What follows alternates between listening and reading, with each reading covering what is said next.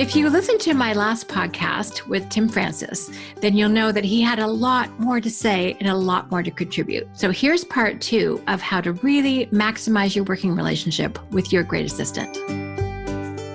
Hi, Shannon Waller, and welcome to Team Success. I have my good friend, Timothy Francis, with me again because he shared so many fabulous resources, and we didn't get to all of them. So, Timothy, thank you so much for letting me have you back and for being willing to share more goodies, because as we ended our last conversation, you and I are both so passionate about entrepreneurs being leveraged, entrepreneurs being supported, but also assistants being great and being supported and them having a super effective and productive and long-lasting relationship together. So I'm grateful for the work that you do.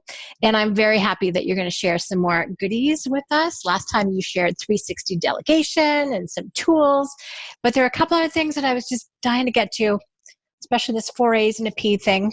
So we're going to talk about that today. So again, just thanks and welcome back to Team Success. It is such an honor to be here. Thank you so much. All right. So without too much further ado, the whole point of this is to really understand and appreciate if you have an assistant right now. We're recording this in June of 2020 when shutdown and pandemic is still true. So if you didn't have a virtual assistant before, you do now, which is kind of interesting. So any resistance that a lot of people had to that, myself included, is kind of been dispersed. So we're going to talk about that too. But also there's actually quite a few nuances to having it be a really effective and productive and profitable relationship or not. And if you have attempted it and failed, then you may have got a little bit of scar tissue built up. But I really appreciate, Tim, how you have kind of pulled that apart for yourself. You got so good at it, it actually replaced your other business that you were doing, which I find kind of fascinating because other people wanted you to find great assistants for them. And that's in fact what you do. So before we jump into some of your strategies, let's talk a little bit. Again, we're in an interesting global situation right now. The difference between having a virtual versus an on-site assistant, because you've had that conversation multiple times over the years with people who said, well, I want someone who's going to be on site with me, or other people who are super mobile. Maybe they have a different point of view. But what's your kind of take or explanation to people about the value of virtual versus on-site? Yeah, so I think there's probably 2 really key points to make here. And first of all, I'll just share that I wrestled with this question myself. So if anyone ever feels hesitant, I don't blame you at all. And it could be that virtual just is not a fit for you. It's absolutely possible. I think as every year that goes by, though, the gap between what a virtual assistant can or can't do just shrinks and shrinks and shrinks and shrinks, especially now that we've had the pandemic. I really feel like, in a sense, we've pierced the veil, if you will. Even ancient industries like banking and mortgages, and insurance and law are all now forced to go completely virtual, or else they go extinct. And so there's been this large movement towards going virtual even before the pandemic. And now it is just like accelerated in ways that no one could have ever foreseen. And I'll just share that in my own life, I think what really made a difference for me was thinking about my virtual assistant, because I'm in Austin, she's in San Diego, differently. I don't think of her as like my front desk secretary, if you will. I think of her almost as like a quarterback or like a project manager type person in my world. So I've now hosted, believe it or not, 44 dinner parties in the last 2.5 years. And they've been all run by my assistant from San Diego. Now, there's no more perfect example of how an assistant can be in another state, actually, and yet be running so much like on-site talent. And literally, I've been the last person to arrive at my own dinner party because a flight was delayed or something. And here I walk into my apartment and there's 20 people already there. The table's perfectly set. The food's already cooked. The place is sparkling clean. And all I got to do is roll my suitcase into the closet and it's time to meet and greet everyone. So you might say, well, how's that possible if your assistant is in a different state? Well, it's because the role of my assistant is to be the coordinator of the catering company, the coordinator of the cleaner, the coordinator of the hostess. And so, yes, we do have boots on the ground talent in Austin in the form of other professionals who are specialists. And I wouldn't want my assistant to be the one setting the table or even opening the mail for that matter to talk about a more purely business example, I want her to stay on top of prepping me and keeping me in my unique ability. And let's get a helper that we find on a website like thumbtack.com, care.com, in Canada, kijiji.com or craigslist.com. Find someone who does not require any specialized knowledge of the particular task. And more importantly, tasks that do not require specialized knowledge of me. To handle my email inbox, that requires specialized knowledge of me. To handle our clients, which, when I get hired to do private consulting, it's $1,000 an hour. We can't be making mistakes. Even if it's not an extraordinarily difficult task that my assistant is doing, the sensitivity of it is very, very high. And so it requires a lot of intimate knowledge of me and our clients. I want my assistant in that territory, doing that kind of work. And when it comes to opening the mail or taking dry cleaning or whatever, you might think traditionally as being a personal assistant or a secretary type role, all of a sudden that belongs to like someone else who's paid less than my assistant probably, and is much more casual on my team. And especially this day and age too, like how much shopping do we do online? And so things are actually delivered to us, right? I know my food I have delivered to me. And even before the pandemic, right? And so with so much of the world being driven by shipping now, even the like around town need for someone is just getting smaller and smaller and smaller and smaller. So to me, I think how we think about our assistant is crucial in seeing how virtual can work, even if there are some in-person tasks to be done. Now, there's a lot on the line here also that I think is invisible to most entrepreneurs who've never had a virtual assistant before. And specifically, that's what's out there in the job market. So perhaps, Shannon, you've heard the expression before, good, fast, cheap. You can only ever have two of the three. Have you ever heard of this before? Yes, I have. Yeah. So for anyone out there who hasn't heard this before, in essence, like imagine you've got a fender bender, your car is a little knocked up and you need to go and get it fixed, right? So you've got a choice to make. Do you want your car to be fixed good and fast? Well, you're probably going to have to go to a top-rated mechanic or body shop and ask them to work extra hours, and it's going to be an overtime job. And so it is not going to be cheap, right? Likewise, if you say, well, I don't want it to be too expensive, you might say, okay, well, I want it to cheap and I want it to be fast. Well, then you're going to have to go to your family member who's a professional mechanic, and they're going to do it after hours, evenings, and weekends. And so guess what? It's not going to come very fast, right? And so any way you cut it, good, fast, cheap, you can only ever have two of the three. Now, when it comes to hiring, this is like one of my shower thoughts. I hope I didn't make this whole thing weird by saying that, but everyone has them. Okay. Some people, it's walking the dog thoughts or mowing the lawn thoughts. For me, it's shower thoughts. So I'm standing in the shower one day and I realize that there's a similar triad where you can only have two of the three when it comes to hiring, whether it's an executive assistant or any role on your team for that matter. And I've actually watched this be true, not just with my executive assistant, but also with every single team member, because my entire team is virtual. Okay. My salesperson, my fulfillment team, we're all virtual. Okay. And so what the triad is talent, compensation, and work conditions. As the employer, you can only ever have two of the three. If I say I want awesome talent and I want that person working in my physical office 9 to 5, Monday through Friday, very rigid work conditions, guess what? You're offering a position that is now head to head with every other typical 9 to 5 on-site position in your city, state, country, whatever that may be. And so now you have to pay, guess what, which is the third part of the triad. Now you have to pay unfavorable wages or compensation package, right? And so now you do have to compete with Amazon and Apple and Google and Coca-Cola and Charles Schwab and Wells Fargo or whoever it is that is a major, major company with big time deep pockets. So going head to head is like, kind of a David and Goliath type situation. Now, like David and Goliath, David realized that he had a relative advantage when it came to using a slingshot, and he could use that distance as his measure of safety. And so actually he could win the fight if he actually was strategic about how he approached it. If he goes hand to hand, it's not happening. So I encourage entrepreneurs, don't go hand to hand with a multi-billion-dollar Fortune 500 company for talent. It's probably not going to end very well, okay? But where our slingshot comes is being able to work virtually. And so I can't tell you the crushing load of applications we get for every single role, even before the pandemic hit. for our role. So when I was initially investigating the creation of my company, Great Assistant, I did some marketplace research, and I actually hired an MBA graduate who is a specialist in HR. And she went and did research on our behalf to see what are Americans saying out there around remote work, telework, or virtual work. It's all different words for the same thing. And she discovered that 96% of Americans wish they could work from home at least part-time. And it was, I believe the number is 67% of Americans wish they could work from home full-time. And I'm sure the stats are identical in Canada, or really pretty much almost anywhere in the world. I'm guessing. I know for sure Canada and the US, we're so similar on these kinds of things. Now, if we ask ourselves, is it 67% of workplaces in Canada and the US that allow work from home full time? And the answer is heck no. It's not even a fraction of that. It's tiny. It's tiny compared to what the demand is.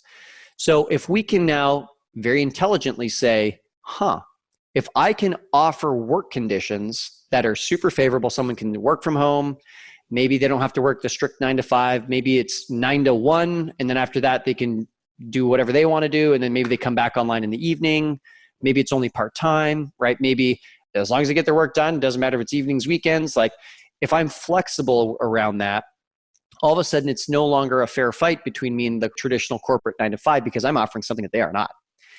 And we have now helped hire over 300 virtual executive assistants.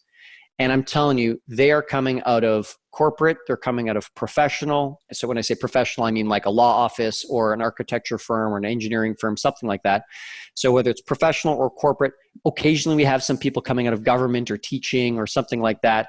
And actually teachers are very organized. Great people if they want to become an assistant to be a stay-at-home parent or something like that.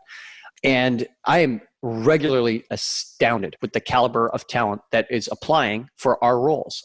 The roles that we offer, we say right on the application that, whoever you end up working with, the expectation is they're going to pay you between 18 and 22 US dollars an hour. And entrepreneurs are astounded to find out that they can get someone who is based in a similar same time zone, understands their first language first, and understands the North American working culture because they are North American and they have worked in the North American work culture for their career, that's actually available for just $18 to $22 an hour. And this is the invisible part, is that you're giving them more than just money. You're giving them Kodak moments with their kids. You're giving them the opportunity to be with their ailing parents if they've got folks that are aging. We have some assistants that have said, look, I left corporate and became an executive virtual assistant because I just hated the commute. I felt like I was literally watching my life waste away an hour each way every single day. And I said, this is what my life has become. And whatever the reason is, we've got just this incredible crush of talent coming our way. And so that old expression that it's hard to find good talent, well, I mean, if you're going to play head to head with Goliath and you're going to try and box with Goliath or wrestle with Goliath, then that's true. But if we shift the game, all of a sudden it's different. And now here's the other thing is what $20 an hour will get you on the open market in Manhattan or San Francisco is, I don't even know if you can get an everyday errand runner to do that for $20 an hour.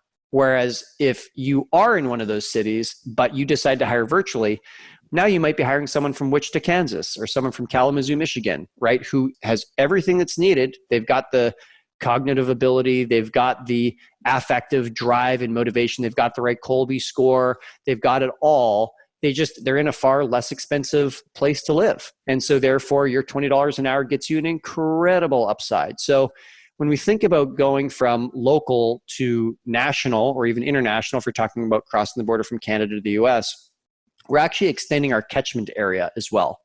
Our catchment area meaning like what's the total population that could be eligible to take this role? And if you're in a smaller mid-sized city even, your catchment area is, I don't know, maybe a few 100,000 people. They're eligible, they're working age, they've got the ability, and they could drive into the office in a reasonable amount of time. A couple 100,000 people. As soon as we say virtual, we now have a pool of 335 million Americans, 27 million Canadians, right? And so we've got like a 350 to 380 million person pool. Now, obviously the eligible pool inside that is much smaller, but you are extending your reach to a massive area. Now that has an upside and downside. The upside is you can have tons and tons of talent at your fingertips at a very affordable rate. The downside is if you start hiring to that pool and you've got a legitimate work from home job, and that actually is a big question mark for a lot of people who are wanting to be an assistant working from home, is this legitimate?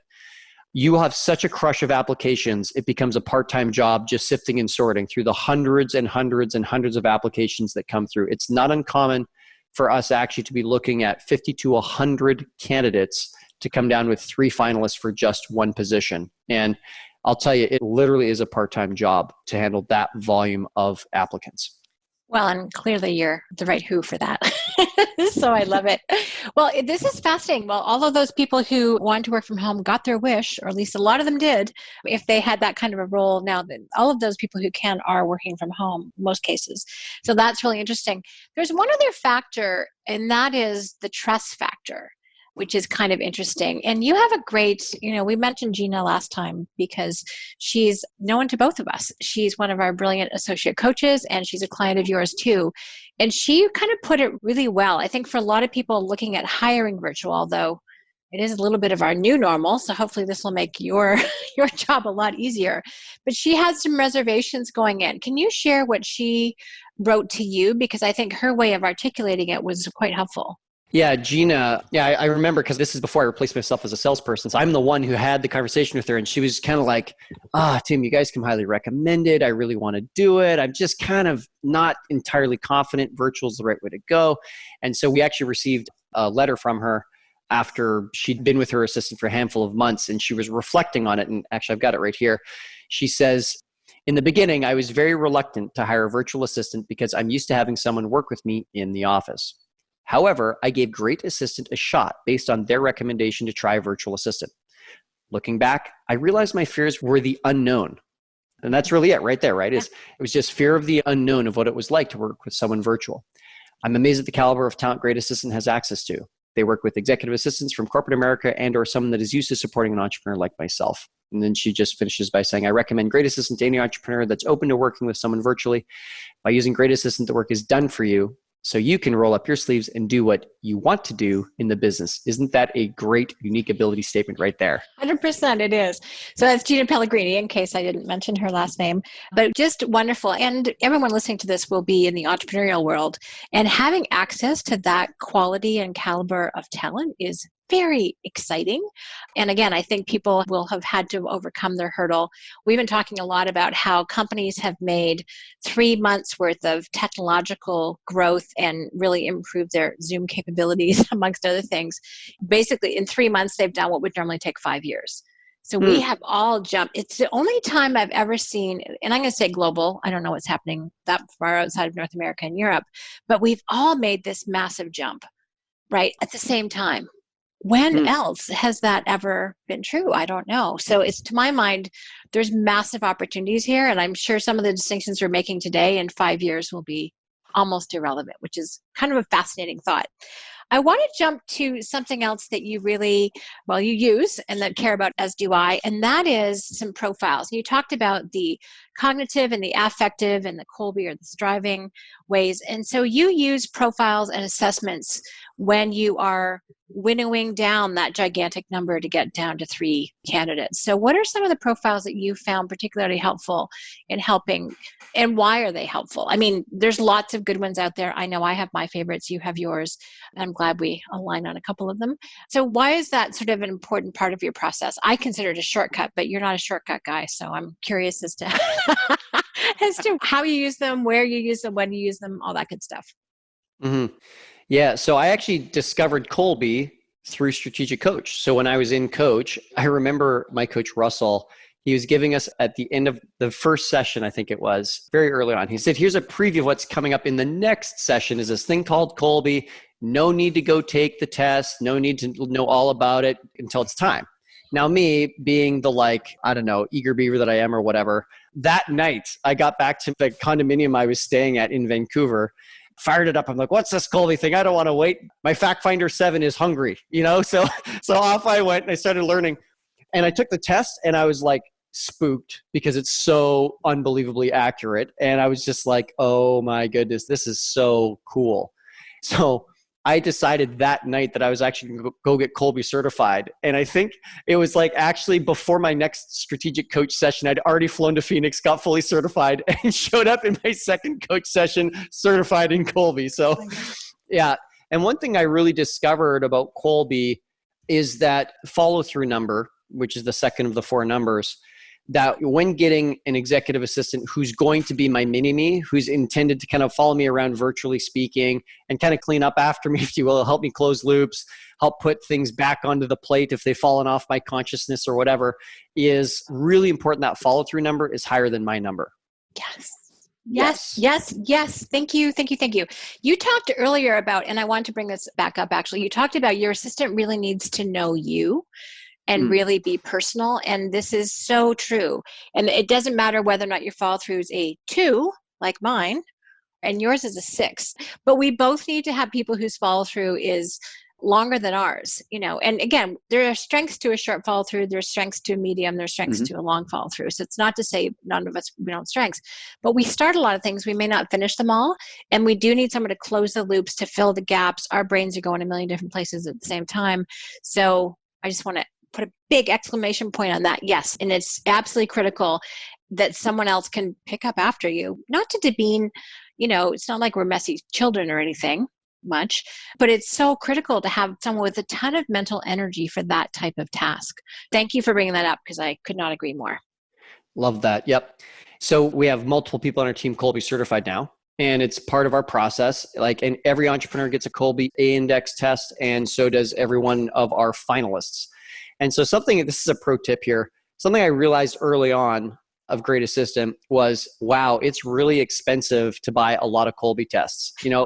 To buy one is not that expensive. It's like around $50, $55, something like that. To buy one or two is, not too expensive. But when you've got 50 candidates that are all trying to work with you. So I just went, oh my goodness, how can I ever possibly manage the cost of this? And Kolbe isn't the only one that we use, but it is certainly one of the better ones that we use. So I realized I need to kind of flip this process in a sense that I need to really weed out anybody for any reason other than that kind of conative fit between entrepreneur and assistant. What are the free things I can do to separate the wheat from the chaff here before I'm dropping big dollars on getting 20 Kolbe tests for one hire or something? Yeah. And so we actually found work tests were a really, really, really powerful way. And actually one of the earlier work tests that we used was literally just how people applied. You mentioned this. Yes. Yeah. And we don't use it, I don't think, that much anymore because fortunately or unfortunately, we're now doing just so many matches at such a scale that some of our tools are now different than what someone would do if they were doing it on a do-it-yourself type approach. So some of my recommendations that we use today wouldn't apply for someone listening who wants to do it themselves. But back when I was doing it myself, for myself, my very first assistant, I used what I call the perfect job posting. And what that was requesting anyone who wanted to apply for my role to submit an email to a custom email inbox. Now, if you're going to do this on your own, I'm just going to tell you right now, you're going to get hit with so many applications that it's going to be like you can refresh your email inbox every 10 minutes and there'll be a new person there. And it's very distracting from your daily workflow. So I highly recommend, if you're going to do it on your own, set up a separate email inbox that's jobs@yourcompany.com, or even workforshannon@gmail.com, free account, something like that. And what that does is that allows you to stay in your unique ability while you're working during the day. And then you can maybe put some time blocking in and say, I'm going to put a focus block in for tomorrow or every 2 days at a certain time to review applications. So that's the first thing it does. It keeps your focus. The second thing it does, this is definitely ninja stuff here, is you set up the vacation auto reply so that it says, thank you, your application has been received. If you don't hear from us in the next 72 hours, you can consider that your application has not been moved forward in the next process. If you are going to hear from us, it'll be in the next 72 hours. Thank you for your application and best of luck on your search. So it allows you to be classy so that absolutely every person who applies gets a response, which is really classy. It's just thank you for taking the time to apply.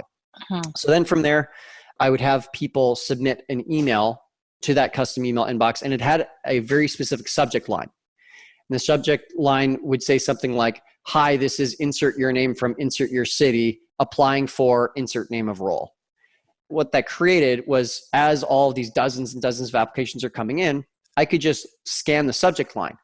And look, if someone can't get the subject line right on an email, they've already told me that either they're not motivated enough, or they don't have the kind of attention to detail, or they don't know how to create or follow process enough to get that right. And so their actions are speaking so loudly, I cannot hear the words that they're saying, and I'd simply delete them. And here's the good news, because they already got the vacation auto reply email, there's nothing more for me to do, right?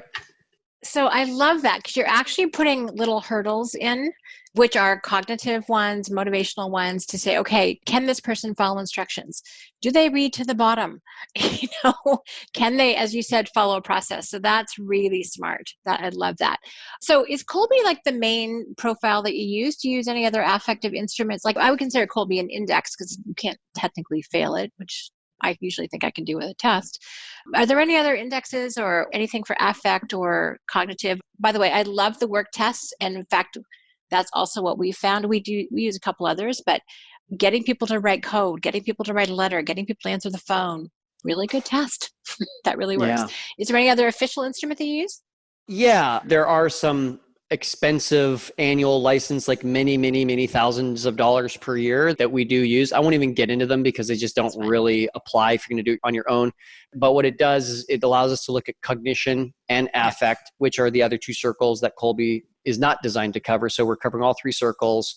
And it actually also gives us access to compare the results of any candidate against a database of 300,000 other administrative, office, and project assistants. So anyone that's kind of in the admin or coordination across America. So getting that head-to-head comparison of other people who've taken the exact same test allows us to see in what percentile does this person rank in some key measures. So we combine that with Kolbe and some interview technique and a couple other tools. And it's a very, very thorough process we've built over the years. That's awesome. I love that. We use different profiles too, but we profile for cognitive. That was the last one we added.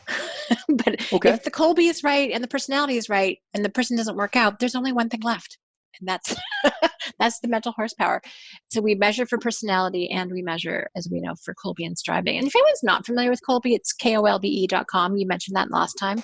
But it measures how people work, how they strive, how they problem solve, not how well, that's their brain, not whether or not they want to, that's their affect, or whether or not they care, which, by the way, is the thing that kicks off the entire process. But, if they are going to take action, how are they going to do it? And it's so accurate. And you really need to know this as the entrepreneur, as the business owner with an assistant. You need to know how you problem solve and strive. And then you need your complement, someone who's not going to be you. They're a mini me in terms of helping you get stuff done. But if I were to hire, I'm a 9 quick start. To hire a 9 quick start to support me, I'm probably going to be shorter fact finder follow through. That makes no sense. I need someone who's my complement, who's going to fill in all the gaps that I don't. That's going to be the right person. So I love that. Okay.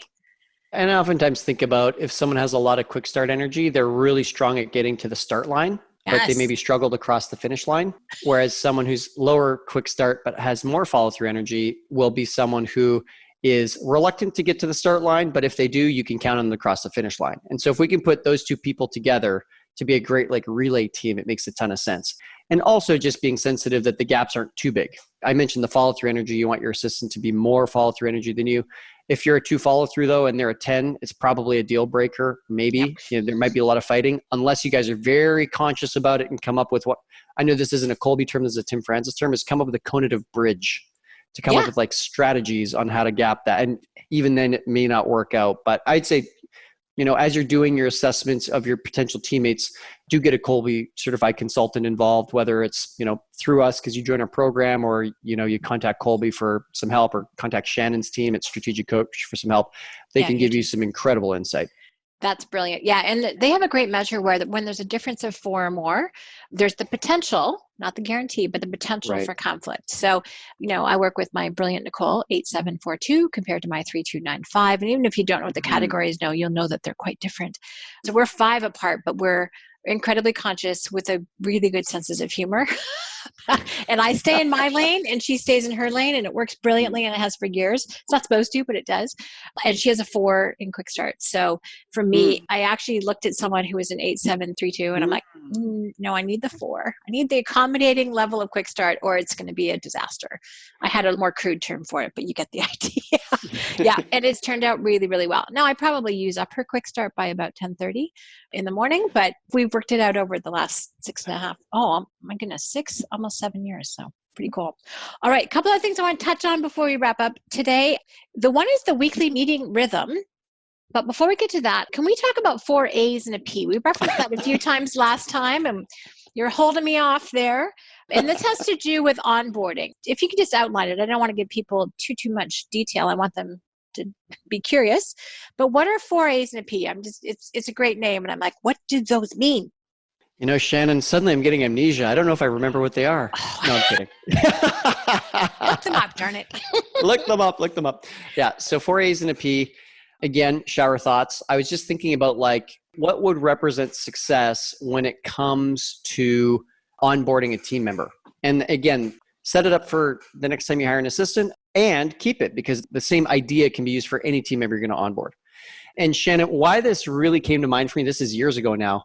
I was consulting with a client, and this client's hourly rate is it was $500 or $1,000 an hour. It's like a very talented person. And we were in the middle of a meeting, a one-on-one meeting where, he's paying me good money. His time's, very highly valued. And he says, Tim, I'm sorry. Can we just pause this call for a sec? I have a team member contacting me with an emergency. And I'm like, oh, okay, sure. I can wait. In my head, I'm thinking is someone in danger, or is there some ultra upset customer that's threatening to cancel a major contract? What is it?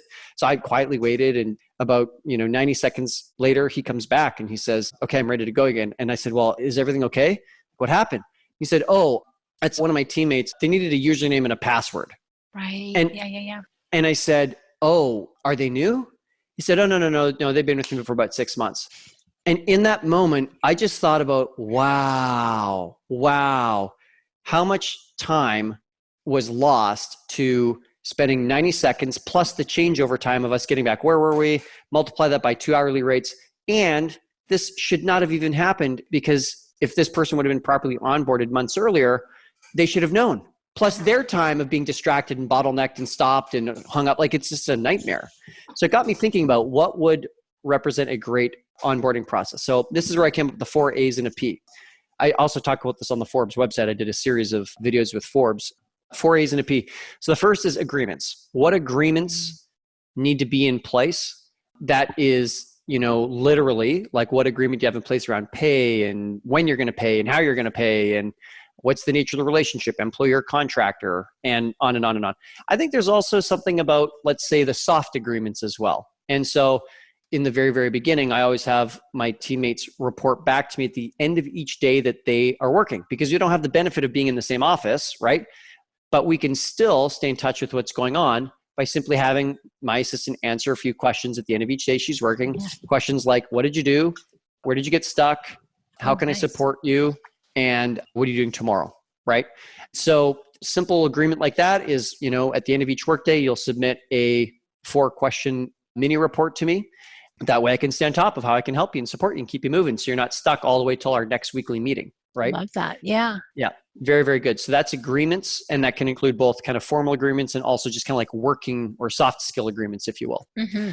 The second A is accounts. So what accounts do I need to have in place for my assistant to be effective? So the first one for almost every client we work with and almost every entrepreneur is an email that is something like support@yourcompany.com. And that way, if your assistant ends up graduating up and out of the role, the support email can still stay there as in place and be ready as the login for all the other accounts that are being set up. It's a great way to go. Now, this day and age, there's sometimes some frustration around the number of different usernames and passwords to deal with. We use a password aggregator called LastPass. I think OnePass is another software. And that makes it a lot faster for an assistant or any team member for that matter to get one master password, and it immediately unlocks all of them. So we get a sense of what's the laundry list of agreements we need, what's the laundry list of accounts we need to set up. The first one being email, then after that maybe to your website, for updating your website, or QuickBooks if they're helping with anything financial, on and on and on and on. Or database, yeah. A database, yeah, absolutely. Yeah, your CRM, definitely. Next up is apps. So what apps do we need to download? And that could be to the desktop or that could be to the phone. So that might be some communication apps, like if you're using something like WhatsApp, or Voxer is like kind of like a little walkie-talkie. I know some people use Slack. I'm not a huge fan of Slack, but I know it's widely used.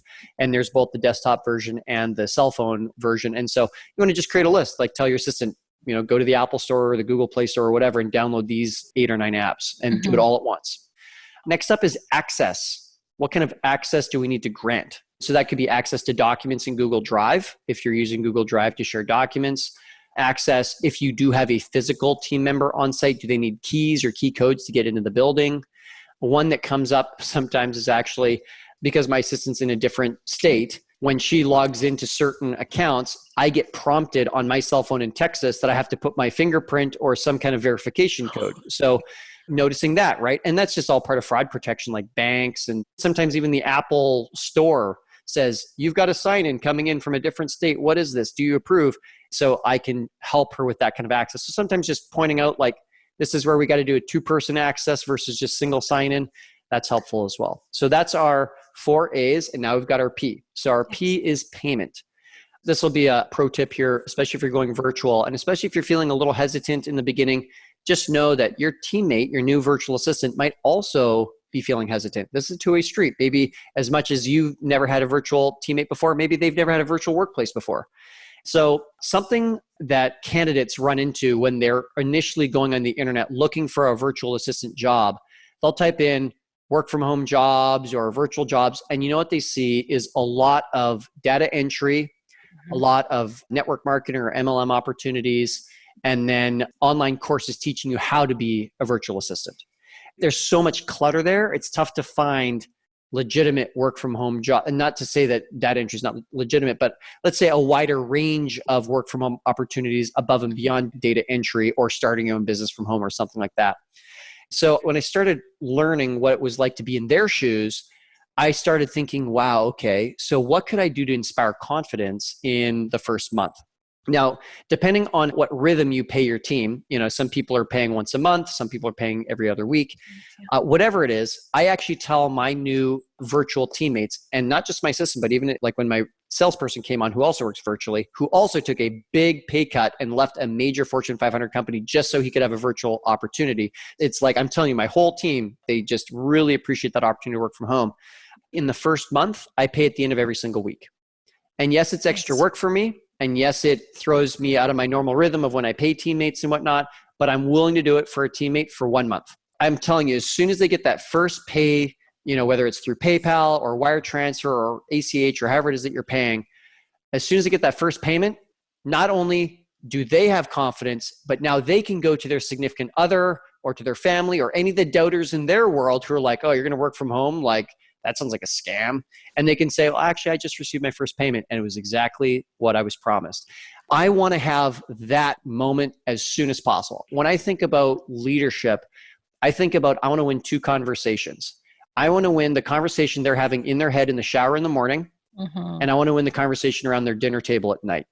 And that's advanced. I love that.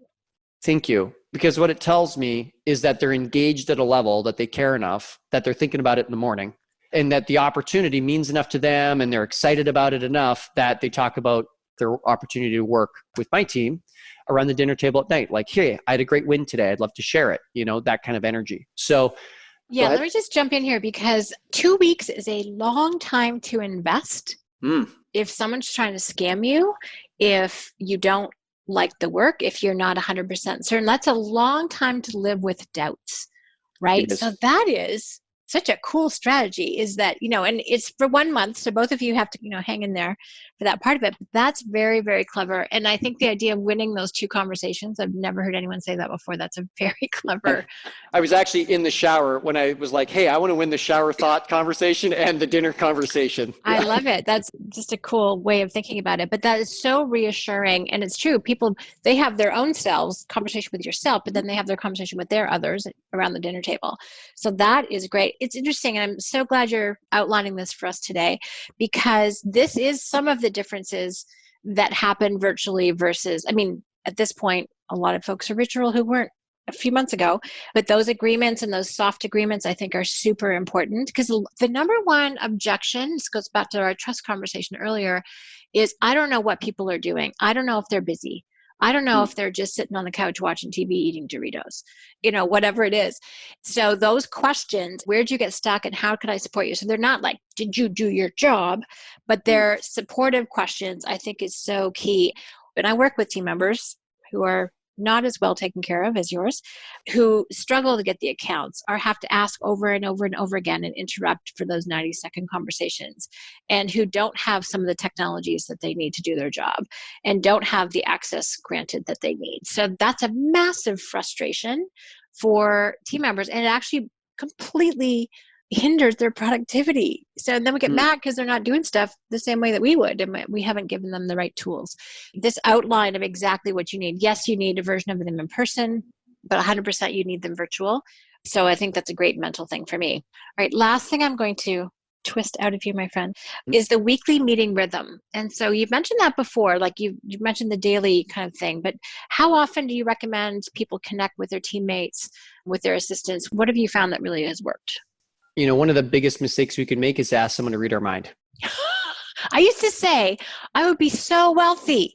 That's why I created the assistant program, is like, because Mind Reading 101 is what I wanted to subtitle that course, but I figured out. I know. Yes. Okay. I'm totally with you. Love that. And even if you've never had an executive assistant, if you've ever had a significant other, you know the feeling. Good point on that one. Yep. Mm-hmm. Okay.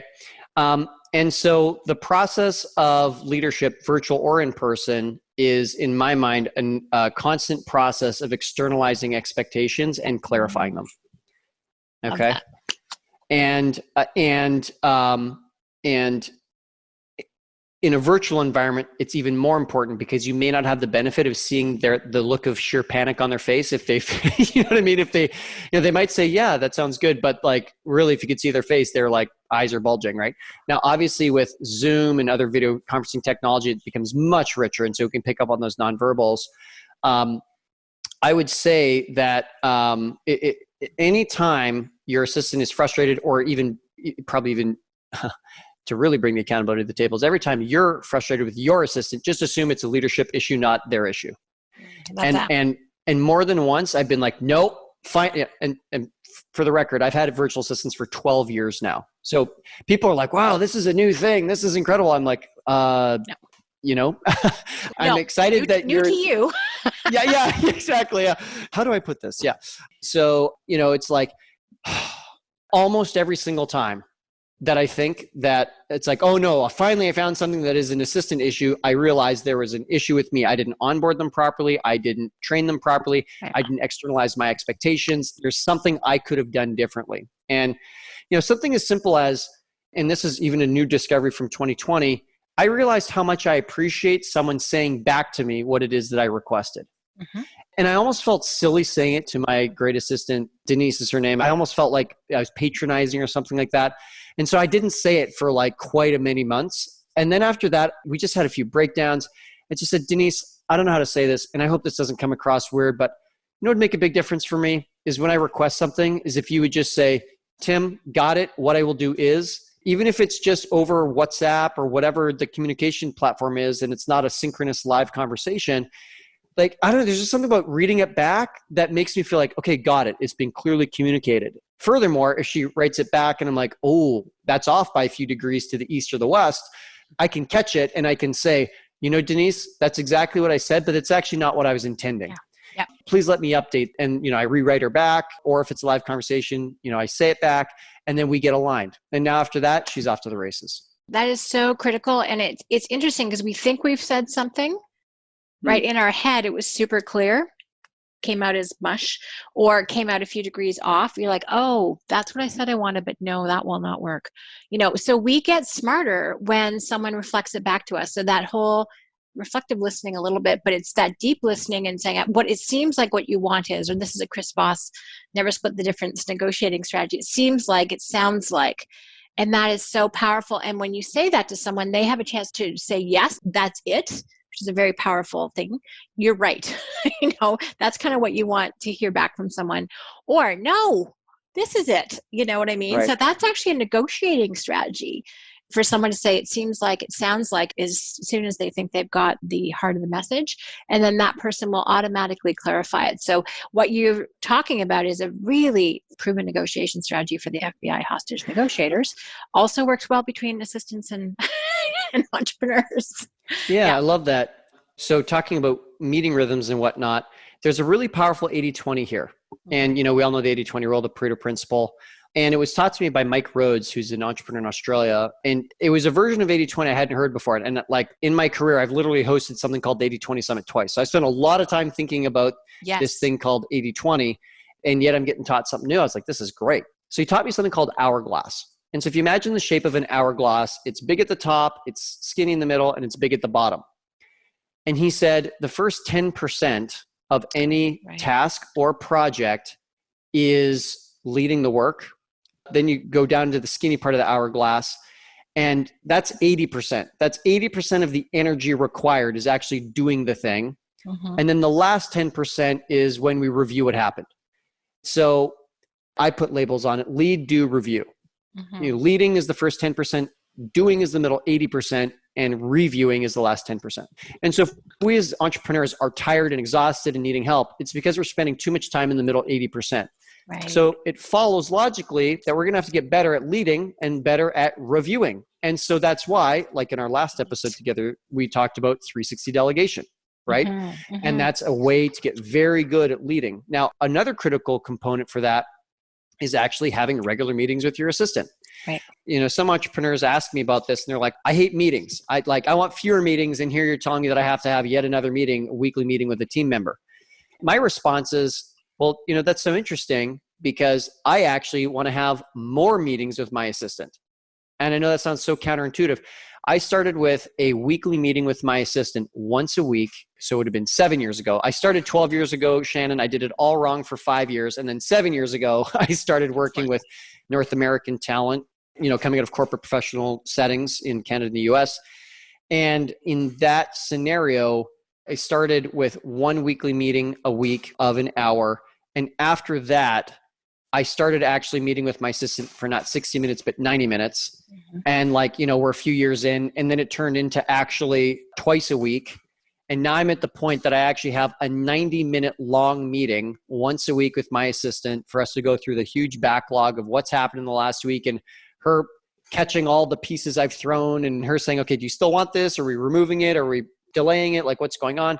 We use a tool called Asana, project management. So anytime I need something, I just send her a message. I'm like, Denise, add this agenda, add this agenda, add this agenda. I'm just throwing stuff at her all week. And then she says, got it. And then we look at it once a week to see what's there. Then on top of that, Denise and I are meeting 2 other times in the week for about 30 to 60 minutes. Because here's the thing, the more I meet with her, the more that she is unleashed. And the more that she is unleashed, now she has the leverage of also being able to unleash all the contractors that she oversees, whether it's for dinner parties or graphic design or coding or whatever it is that she's helping to drive. It's all a leverage play. And the better that you get at being in that top 10%, and the more time you spend in the top 10%, the more the middle 80% of getting things done actually gets unleashed by your assistant and all the people they may influence. And then the better you get at that last 10%, now you can review and say, hey, where could we have prevented some of the issues that come up? What systems could we improve? Who else do we need to hire? What skills are missing? Kind of in the 360 delegation, the second part of 360 delegation is resources. What resources were missing? Training, access, systems, translation, even if there was a gap with someone overseas, like who knows? And from there, we can really clean things up so that things get fixed once and for all. Instead of, and Sam Carpenter worked the system as this great visual. He says, imagine the arcade and you go and you play whack-a-mole, where all those little gophers pop up, right? And you've got the hammer and you're whacking them. He says that's what business can feel like. And so I've built on that analogy to say, so I don't want to just put down the hammer. I want to step away from the machine and figure out where's the plug, right? I love that. I want these little pests gone forever. So that to me is what that last 10% is all about. And that's a lot of my weekly meetings are all about is, okay, where did the system break down? What can we change, update, edit, add? Who else can we get involved? so that this is gone once and for all. And I'm telling you, you do that repetitively week after week after week after week, and things just get better and better and better. I love that, because in Strategic Coach, that's the tool, the Experience Transformer, where you're always learning what worked, what didn't, what can we do differently next time, and then you execute on those things. And I have to make a point, because I read a book that talks about the failure of leadership. And it's interesting because it's like you always want to blame it on somebody else. And you're like, oh, actually, I need to look in the mirror. I listened to it. So I recommend the audiobook because it comes with sound effects, and it's written by two people. It's told in both their voices. It's called Extreme Ownership. Have you read it? Yeah. And it's how U.S. Navy SEALs lead and win, with stories told from the war. Jocko Willink and Leif Babin. And Dan Sullivan talks about taking personal ownership of your experience all the time. And this is that taken to the leadership level, which is really powerful. I don't think I'm 100% there yet, but I'm on the path. It's pretty powerful. It's like, what have I not communicated? And having a learning tool and having free communication makes a huge difference. You know, Nicole and I meet, well, now once a month for 90 minutes, but we have a half-hour check-in 4 to 5 times a week. So every morning we start off our day because A, I need direction, and B, so does she for some things. And it's fabulous. And that's my favorite part of my day, to be honest. I mean, I love delivering and focusing, but checking in with her, that's a little bit of my grounding anchor. And then I can go off and do what I need to do. And if we can do a wrap up at the end of the day, that works well. And probably my attention span's better suited. But it's true, once you really have that partner, and I love how you describe that person as they're the head coordinator. Like they're the quarterback, they're the general contractor for all of the other capabilities. So they're the main who manages all the other ones, to reference Dan's who, not how concept. But it's powerful. And it's so nice when someone knows you and cares about you and supports you and helps you build your business and you get better. There really is, I don't think, almost any other more strategic relationship. 100%. Most entrepreneurs I talk to, looking back, they say the first person I should have hired was, not a salesperson, but a right-hand person to be my executive assistant. And it's interesting because sometimes my assistant is doing really high-level things, and other times I just say, Denise, is there any way you could provide me some adult babysitting? Yes. I love that. And sometimes it's like, it's unavoidable. I'm the only one who can fill out the form because I own the business, and it has to be my pen that strokes the bottom. And, she's pre-filled as much of the form as she can, and it's got to be me who reviews it finally. And I'm like, can we just have a session where you just watch me for 20 minutes while I complete this form? It's adult babysitting. I'm not proud about it, but it's what's going to get the job done. Well, let me see if I can help take some of the angst out of that, because I 100% agree. And actually, I'm desperately in need of some myself. And this goes back to your follow-through comment actually quite a bit earlier, is when Nicole walks into my office, or in this case, into my Zoom room, I immediately start thinking about all of the follow-through things I had forgotten before she walked into the room. I'm like, how is this actually possible? If I'm hanging around with other people's profiles like mine, they don't happen. And I have a bit of a theory. It might sound a little wacko, but it's what Colby measures is mental energy. And sometimes to get those types of finishing detail stuff that I just have run out of mental energy by the time I'm finished making myself presentable in the morning, I need to borrow her brain. So we literally have a meeting coming up next week where we're going to sit together on Zoom while I answer emails. Yes. And it's buffer time. So I have a rule, and everyone in Coach has heard me say this. I try not to buffer alone. Bad things happen. And I know me, it's partly my profile. I can coach, I can present. There's not a million. There's a few things I can do really, really well. But frankly, for everything else, I need help. Yeah. Support. Again, it's just a matter of knowing yourself. And she's quite happy. Some of our most productive times when we're sitting in the airport, this was in Billy Bishop, and we're sitting at the cafe tables and both of us have our laptops open. I'm doing something like, hey, what was this about this again? She's, oh yeah, it's this thing. I'm like, oh, okay, so thanks. I'm like, does this sound okay? I just that little check. Or she's like, what do you want to do about this? I'm like, oh, I think I want to do that. She's like, got it. And it's so fun. Both of us like, this was great. Can we do more? Can we just come to the airport or go to a cafe? It makes sense. But think of it this way. She's keeping you company to do an unpleasant task that otherwise you would much rather skip and do something else, because she's less emotionally attached to it. Usually it's not painful at all for that other person. You get to borrow, at least be in the environment of a different form of mental energy than yours, and you need to get that type of thing done. So that's how I think about it. I don't know if that Changes Yeah, the no, complexion a bit. it's so interesting you say that because Denise and I talk about that she's the second half of my brain. Yes, Yeah, 100%. Yeah.